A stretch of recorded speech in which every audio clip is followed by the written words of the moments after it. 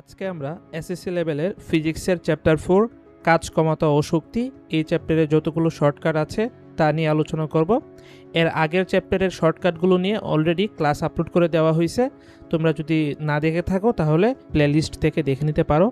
আমি প্লেলিস্টের link comment বক্সে দিয়ে দিব। চলো তাহলে কথা না বাড়িয়ে আমরা ক্লাসটা শুরু করি। আমাদের প্রথম টপিকটা হলো, যদি ভূমি থেকে এই উচ্চতা হতে একটা বস্তুকে মুক্তভাবে ছেড়ে দিই, দ্যাট মিন্স এটার আদিবেগটা কিন্তু জিরো, ঠিক আছে?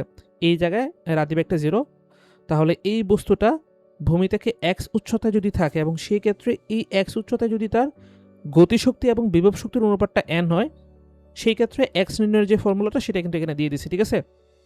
তো এক্স এগুলো আমরা কি লিখতে পারি? এইচ ভাগ এন প্লাস ওয়ান। এখানে এক্সের পরিচয়টা কি? ভূমি থেকে যতটুকু উচ্চতায় গতিশক্তি এবং বিভব শক্তির অনুপাতটা এন হবে সেটা।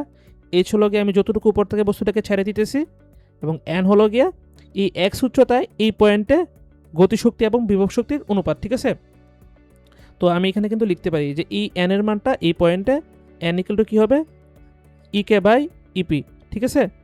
তো এখানে একটা কথা বলে রাখি, অনেক সময় কিন্তু তোমার এই উচ্চতাটা দিয়ে অনেক সময় ইকে এবং ইপি রেশিও বার করতে বলে। তো ইন দ্যাট কেস কিন্তু আমরা আরেকটা শর্টকাট অ্যাপ্লাই করতে পারি। সেই শর্টকাটটা আসলে কি? এখানে দেখো ইপি সমান আমরা কি জানি, কোনো একটা পয়েন্টে বিভব শক্তির মান কত? ইপি সমান এমজিএইচ, মানে তার উচ্চতাটা ম্যাটার করবে। তো এই পয়েন্টে উচ্চতা কত? এক্স, তো এটা ম্যাটার করবে। তো ইপির পয়েন্টে, ইপি যে জায়গায় আছে সেই পয়েন্টে আমি কি করব? এই উচ্চতাটা এক্স বসাই দিব। দ্যাট মিনস এটা কত হবে? এক্স।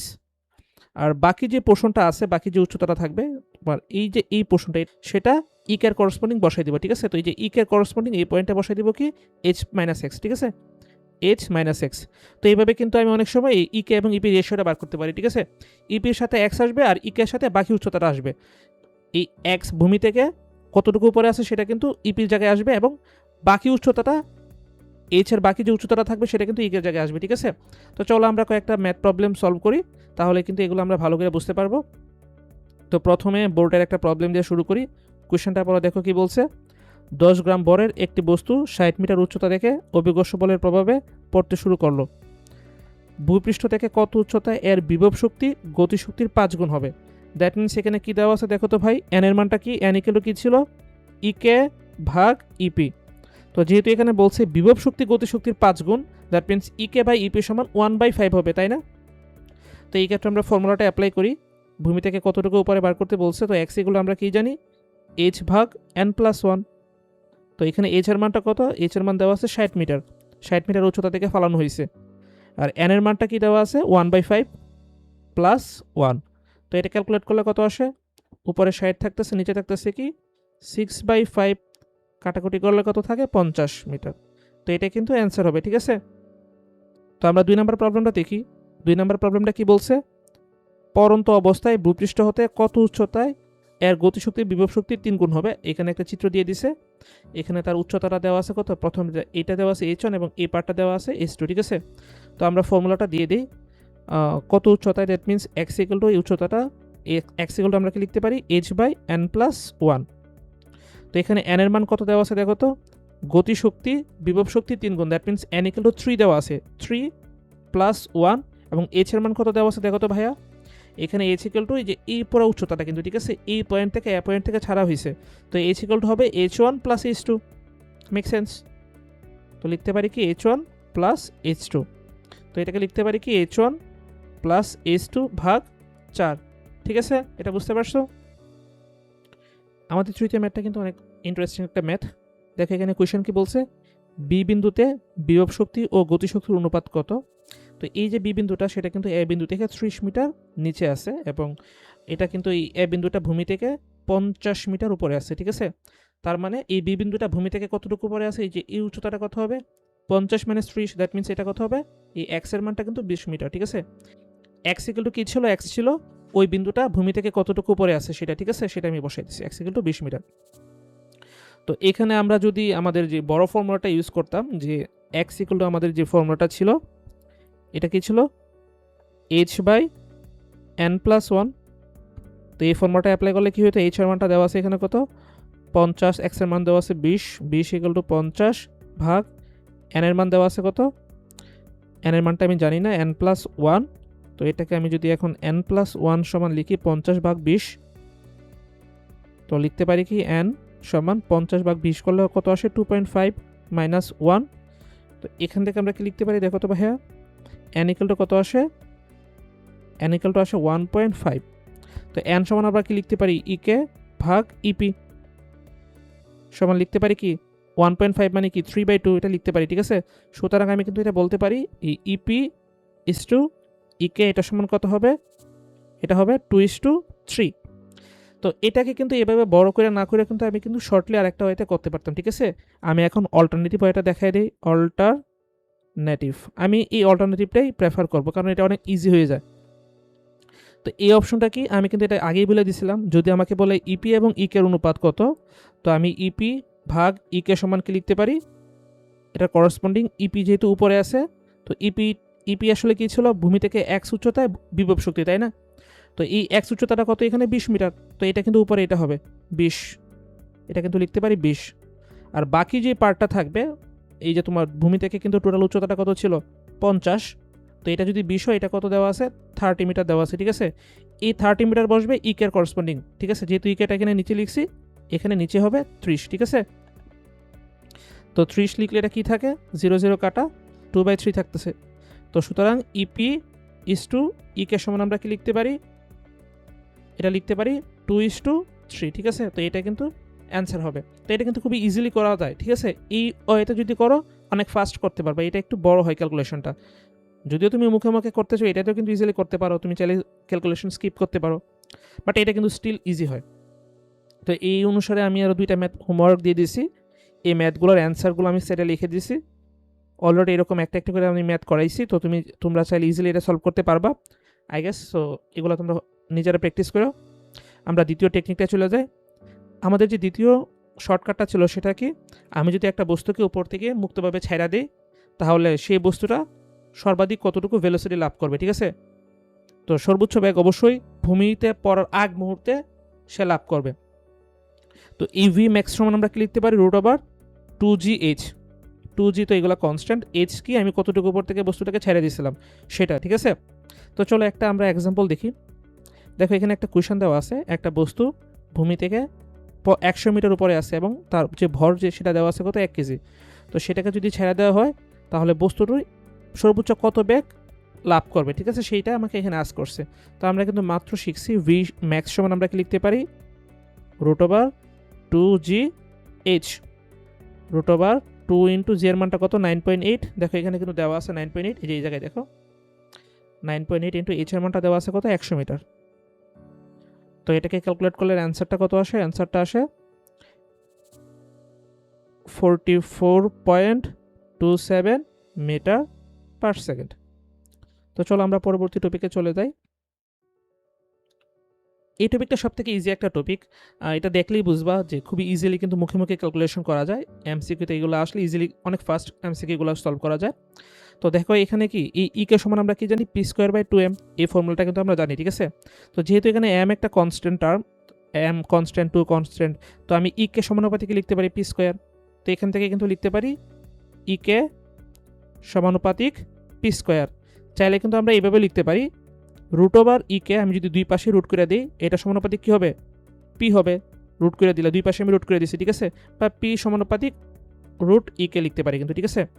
তো এখানে এটা অথবা এটা যে কোনোটা আমি কিন্তু ফর্মুলা হিসেবে ইউজ করতে পারি। আবার দেখো যে নিচে যে পার্টটা আছে এটা আসলে কি ইকে সমান আমরা কি জানি ½ mv², এই ফর্মুলাটা কিন্তু আমাদের সবার পরিচিত, ঠিক আছে। এখানে যেহেতু m কনস্ট্যান্ট এটা কনস্ট্যান্ট, তো এখানে ইকে সমানুপাতিক আমরা কি লিখতে পারি, ইকে সমানুপাতিক কিন্তু লিখতে পারি v², তাই না, ইকে সমানুপাতিক v²। তো এই ক্ষেত্রে কিন্তু সিমিলারলি দুই পাশে যদি আমি রুট করে দিই তাহলে কি থাকে √ইকে, এটা থাকতেছে কি সমানুপাতিক v, বা v সমানুপাতিক √ইকে লিখতে পারি কিন্তু চাইলে এটা, ঠিক আছে। তো আমরা কিন্তু এই যে এই ফর্মুলাটা অথবা এই ফর্মুলাটা দুইটাই কাজে লাগাইতে পারি। তো চলো আমরা দেখি দুই একটা এক্সাম্পলের মাধ্যমে কিভাবে আমি এগুলা দিয়ে ম্যাথ ইজিলি করতে পারি, স্পেশালি এমসিকিউ। আমরা জানি ইকে সমানুপাতিক v², তাই না। তো এখানে দেখো ইকেটা কিন্তু v² সমানুপাতিক, খেয়াল করবা এটা কিন্তু বি এর সাথে সমানুপাতিক না। যদি আমি ব্যাককে দ্বিগুণ করি তাহলে আসলে কি এটা ইকের মানটা কিন্তু দ্বিগুণ হবে না, এই ইকের মানটা ডিপেন্ড করবে কার উপর, v² উপর। তো যদি আমি ভি এর মানটাকে দ্বিগুণ করি তাহলে v² মানটা কত গুণ হবে সেটাই কিন্তু ইকের সংখ্যাটা বা ইকেটা কিন্তু আমি সেখান থেকে ক্যালকুলেট করতে পারবো। তো আমরা এখানে দেখি, এখানে ভি ড্যাশ মানে আমি ভিটাকে যদি চেঞ্জ করে দ্বিগুণ করছি, ভি ড্যাশ সমান কী দেওয়া আছে 2v। তো ভি ড্যাশ হোল স্কোয়ারটা কতগুণ হয়েছে এখানে 2v whole square, that means 4v square. যেহেতু এখানে ভি স্কোয়ারের মানটা 4 গুণ হয়েছে, তো ইকের মানটা কত গুণ হবে 4 গুণ হবে, ঠিক আছে। তো ইকে ড্যাশ সমান কি হবে, ইকে ড্যাশ সমান 4 ইকে হবে কিন্তু, ঠিক আছে। দ্যাট মিনস আমি বলতে পারি এখানে গতিশক্তি কিন্তু 4 গুণ হবে। এটা আমরা একটু খেয়াল রাখবো। এই ইকেটা যেহেতু ভি স্কোয়ারের সমানুপাতিক, আমরা সবসময় দেখবো কি ব্যাগটাকে দ্বিগুণ করছে, ঠিক আছে, বাট আমরা দেখবো এই ব্যাগের যে স্কোয়ারটা সেটা কত গুণ হয়েছে, সেটা অ্যান্সারটা কিন্তু সেটাই হয়ে যাবে। তো এখান থেকে ইজিলি বলতে পারি ভি এর মানটাকে যদি আমি 3 গুণ করি, ইকের মানটা কত গুণ হবে 9 গুণ। আমি যদি ভি এর মানটাকে 4 গুণ করি, ইকের মানটা কত গুণ হবে 16 গুণ হবে, ঠিক আছে। তো আমি এখান থেকে একটা নর্মালি একটা ফর্মুলা দিয়ে দিতে পারি ইন জেনারেল। ভি এর মানটাকে যদি আমি এন গুণ করলে, এন গুণ ব্যাগ যদি এন গুণ হয়, আমরা এখানে লিখতে পারি কি, এখানে কিন্তু লিখতে পারি গতিশক্তি এন স্কোয়ার গুণ হবে, ঠিক আছে। এটা আমরা শর্টকাট হিসেবে ইউজ করতে পারি। তো সেকেন্ড ম্যাথটা কি বলছে, গতিশক্তিকে যদি আমি 9 গুণ করি তাহলে ব্যাগ কত গুণ হবে। তো আমরা মাত্র দেখছি কি, আমরা জানি কি ইকে সমানুপাতিক, কি জানি ইকে সমানুপাতিক ভি স্কোয়ার। তো এখান থেকে ভি দুই পাশে যদি আমি রুট করে দিই তাহলে লিখতে পারি কি ভি সমানুপাতিক রুট ইকে, তাই না। তো এখানে দেখো গতিশক্তিকে 9 গুণ করা হয়েছে, দ্যাট মিনস এই ইকে ড্যাশ সমান আমরা কি লিখতে পারি, ইকে ড্যাশ সমান 9 ইকে। তো আমি যদি গতিশক্তি রুটকে কত গুণ করা হয়েছে, যেহেতু এই ভি সমানুপাতিক রুট ইকে, তো রুট ইকে কত গুণ করা হয়েছে সেটাকে আমরা দেখবো, ঠিক আছে। তো দুই পাশে যদি আমি রুট করে দিই তাহলে কি হবে, এই রুট ইকে ড্যাশ সমান আমরা কি লিখতে পারি 3 রুট ইকে। দুই পাশে আমি রুট করে দিলে কিন্তু হচ্ছে, ঠিক আছে। 9 বর্গমূল 3 বসাই দিয়েছি কিন্তু ডিরেক্ট। দ্যাট মিনস দেখো এখানে এই যে ইকের মানটাকে কিন্তু 3 গুণ করছি, তো ওইটাই কিন্তু ব্যাগের সমানুপাতিক, ঠিক আছে। এই ভি সমানুপাতিক কিন্তু রুট ওভার ইকে। তো রুট ইকে কে আমি কত গুণ করছি সেটা আমরা দেখব। তো রুট ইকে কে আমরা কিন্তু এখানে কি করছি 3 গুণ করছি, তো ব্যাগের মানটা কিন্তু এই ক্ষেত্রে 3 গুণ বাড়ছে, ঠিক আছে। তো ভি এর সমান কি হবে 3v হবে কিন্তু, ঠিক আছে। এটা কিন্তু অ্যান্সার হবে। তো ব্যাগ এখানে কত গুণ হবে, ব্যাগ 3 গুণ হবে। যদি গতিশক্তি n গুণ হলে আমরা এই ক্ষেত্রে বলতে পারি কি, এই ক্ষেত্রে কিন্তু আমরা বলতে পারি ব্যাগ রুট n গুণ হবে, ঠিক আছে। ব্যাগ হবে রুট n গুণ। তো আমরা চাইলে কিন্তু এটাও সরাসরি ফর্মুলা হিসেবে ইউজ করতে পারি শর্টকাটের জন্য। তো দেখো এখানে আমি 3 নাম্বার এবং 4 নাম্বার ম্যাথের জন্য দেখি। প্রথমটা কি গেছে কোয়েশ্চনটা, নির্দিষ্ট ভরের বস্তুর গতিশক্তি 4 গুণ করলে ব্যাগ কত গুণ হবে। তো ব্যাগ কত গুণ হবে এটাকে আমি যদি রুট 4 করে ফেলি তাহলে কিন্তু হয়ে যাবে, তাই না। রুট n যেহেতু বলছিলাম, তো রুট n মানে কি 2, দ্যাট মিনস 2 গুণ হবে, ব্যাগ 2 গুণ হবে এই ক্ষেত্রে, ঠিক আছে। তো লাস্ট ম্যাথটা দেখি, মাত্র কিন্তু এটা বার করছি, নির্দিষ্ট ভরের বস্তুর গতিশক্তি 9 গুণ করলে ব্যাগ কত গুণ বাড়বে। তো আগের এবং এখনের ল্যাঙ্গুয়েজে কিন্তু একটা পার্থক্য আছে, সেটা কি, আগে বলছিলাম ব্যাগ কত গুণ হবে, এখন বলছি কি ব্যাগ কত গুণ বাড়বে। বৃদ্ধিটা কত গুণ হয়েছে সেটা আমি জানতে চাইছি, কত গুণ হবে সেটা না, ঠিক আছে। তো এই ক্ষেত্রে আমরা লিখতে পারি কি, যেহেতু গতিশক্তি 9 গুণ করছি, তার মানে এই ভি ড্যাশের মানটা কি হবে, কত গুণ হবে, রুট 9 ইন্টু ভি হবে, দ্যাট মিনস 3 গুণ হবে 3b, তাই না।